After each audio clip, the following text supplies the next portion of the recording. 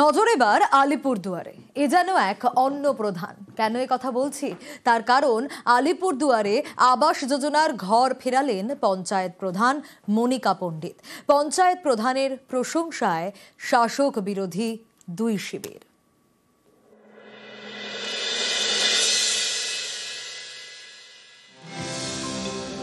মনিকা পণ্ডিত আলিপুরদুয়ারের বিবেকানন্দ ১ নম্বর গ্রাম পঞ্চায়েতের প্রধান। ২০২৩-এর আগে আবাস যোজনায় পাকা বাড়ির জন্য আবেদন করেন প্রধানের স্বামী। পরে নিজের খরচেই বাড়ি মেরামতি করে নেন। ২০২৫-এ আবাস যোজনার তালিকায় তার নাম ওঠে। এখন দরকার নেই, তাই টাকা ফিরিয়ে দিলেন তিনি। ঘরটা আমি ফেরত দিয়েছি এই কারণে, আমি সরকারি ঘর নেব না।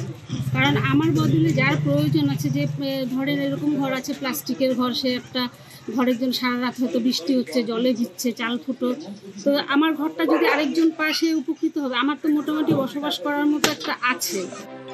মনিকা পণ্ডিতের স্বামী স্বপন পণ্ডিত কেয়ারটেকারের কাজ করেন। কয়েক বছর আগে আবাস যোজনার বাড়ির জন্য আবেদন করেন। তখনও মনিকা পণ্ডিত প্রধান হননি। কারণ আমার ঘর যখন দরকার ছিল তখন ভাঙা ছিল আমার ঘরটা, তারপর আমার একটু এসে আসার জন্য আমার পাশে শাশুড়ি আসার পর উনি আমার কিছু বসা করে দিয়েছেন। আমার নিজেরও কিছু ছিল, সেই মিলিয়ে ছিল কোনো রকম একটু ঘরটা দাঁড় করিয়েছে।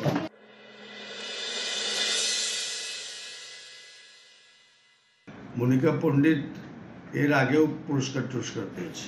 ও একটা ব্যতিক্রমী মানুষ। ও যে ডিভোটি মানুষের প্রতি, সেটা আগেও প্রমাণিত হয়েছে।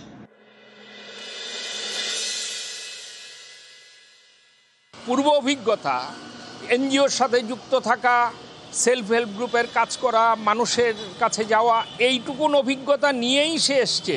তার একটা ব্যক্তিগত উদ্যোগ, সেই উদ্যোগ থেকে কিছু মানুষ হয়তো উপকৃত হচ্ছেন। আলিপুরদুয়ার থেকে রাজকুমার কর্মকার, নিউজ 18 বাংলা।